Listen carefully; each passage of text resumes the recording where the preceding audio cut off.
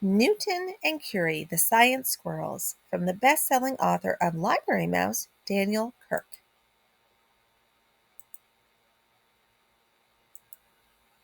Newton and Curie, the Science Squirrels. For Rhoda, Jane, and Annabelle. Bonk! Newton was sitting under a tree when an apple bounced off his head. Why did that apple fall down and not up? He asked himself. From that moment on, the little squirrel began to wonder how the world worked. I wonder why that swing works the way it does, Newton said to his little sister Curie as they watched children on the school playground. I don't know, said Curie. Let's go find some nuts to eat. I'm hungry. Oh, all right, Newton said, but he couldn't stop thinking about the swing. Later that day, Newton jumped up on the swing the way he'd seen the children do. He sat for a while, wriggling and rocking, but the swing didn't move. What are you doing? Asked Curie. Don't you wonder why a swing goes back and forth? Newton asked. Why does it go so high sometimes, and why does it work so easily for children when it doesn't work for me? Oh, let's not think about that now, Curie said. Let's play tag. The next day, Newton passed by a classroom window. Today, we'll learn about simple machines, the teacher said. We'll study gravity and force, and we'll learn about experiments. As Newton listened, he had an idea. He decided to try an experiment of his own. Newton looked around his neighborhood until he found what he needed to create his own swing. What are you doing now? Asked Curie. I'm testing an idea, Newton said. That's called an experiment. Pumping my legs gives me the force to move forward, and see how gravity brings me back down again? I want to try, Curie said, and she did.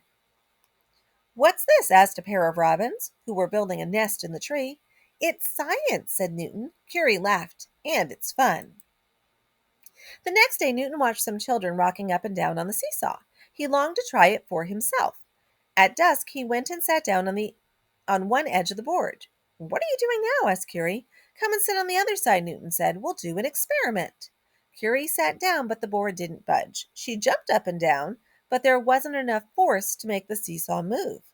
The board is too heavy and we don't weigh enough, said Newton. Humans weigh more than squirrels, so they have more mass. Curie frowned. Maybe science isn't for squirrels.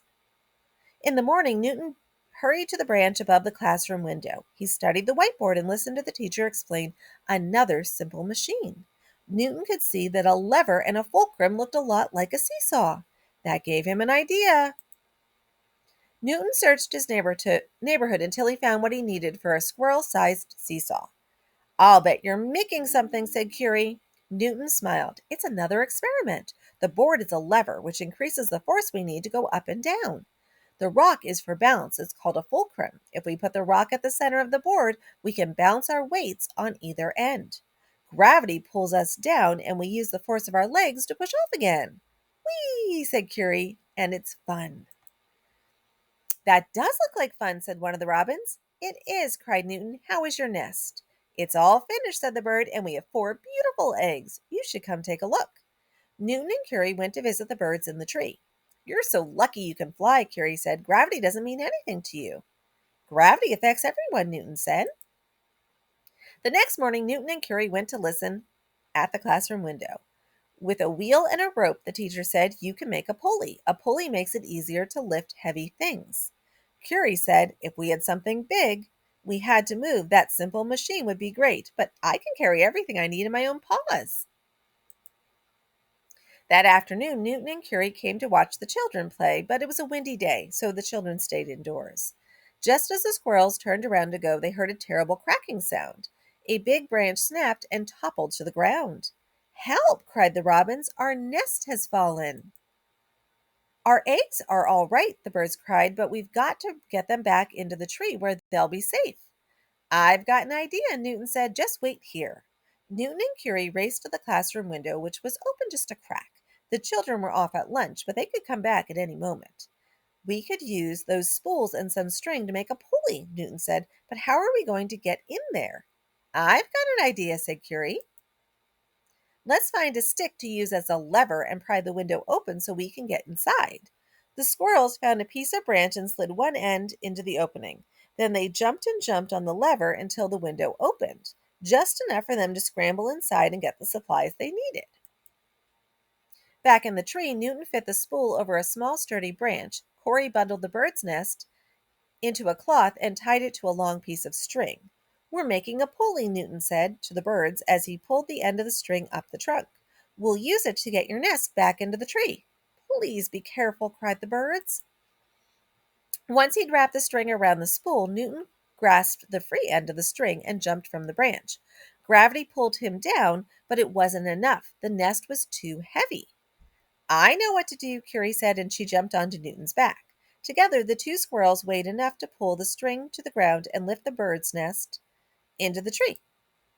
The robins nudged their nest into a safe place. Our experiment was a success, cried Curie. The pulley worked, Newton shouted. Soon your eggs will be ready to hatch, said Curie, and your babies will learn to fly. I wonder how flying defies gravity, Curie wondered. Time for a new experiment, Newton said. Science is fun. Author's note: I named the squirrel in my story Newton after Sir Isaac Newton, a physicist and mathematician who developed the principles of modern physics, including the laws of motion. He is one of the most important and influential scientists of all time. As a schoolboy, I heard the tale that Newton made his discoveries about gravity after an apple hit him on the head.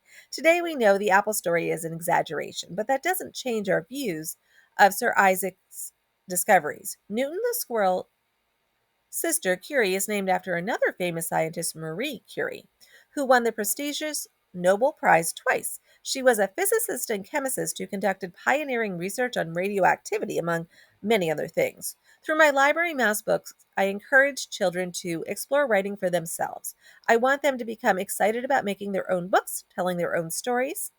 With Newton and Curie, I hope young readers will develop a deeper interest in the world around them and in the scientific principles and laws that shape our environment. When we learn to think like scientists, asking how and why things work the way they do, we gain knowledge and mastery that make our lives richer and more rewarding. What to discover in this book? In this story, Newton the squirrel learns how to study the world, which is one meaning of the word science. He learns some of the basic laws of physics. Physics is the science of how things work. When we look at or observe the world, and when we do experiments to test an idea, we are practicing science. Newton and his sister Curie are behaving like scientists when they study the world around them and try to discover why playground equipment works the way it does. The basic subjects of physics are matter and energy. Matter is any object that has mass, and we measure mass in weight. Newton does not weigh very much. A squirrel normally weighs around a pound. An average 7-year-old child weighs around 50 pounds. When Newton and Curie listen at the classroom window, they hear many words that come from the world of science and physics. Over time, they learn what these words mean. By learning how and why things work the way they do through observations and experiments, you too can get an idea of what it is to be a scientist. And here's a glossary of some of the words. Energy is what is needed for any activity. There are many kinds of energy, but it's basically the ability of someone or something to do work. And by work, we mean what we do to move or change something. When we pump our legs on a swing, we're increasing our energy to go higher. Force is what happens when two objects interact with each other, pushing or pulling. A force can make something speed up, slow down, stay where it is, or even change its shape. A squirrel uses force to carry a nut up a tree, break the shell, and bite off pieces. We use force to put on our shoes, brush our teeth, and get to school.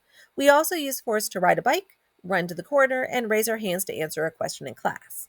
Gravity is at work anytime two objects are drawn toward each other. Anything that has mass has a gravitational pull, and the more mass, the more gravity. That is why the Earth, which is so much heavier than we are, pulls everything down toward it, and why the apple that hit Newton on the head fell down from the tree and not up.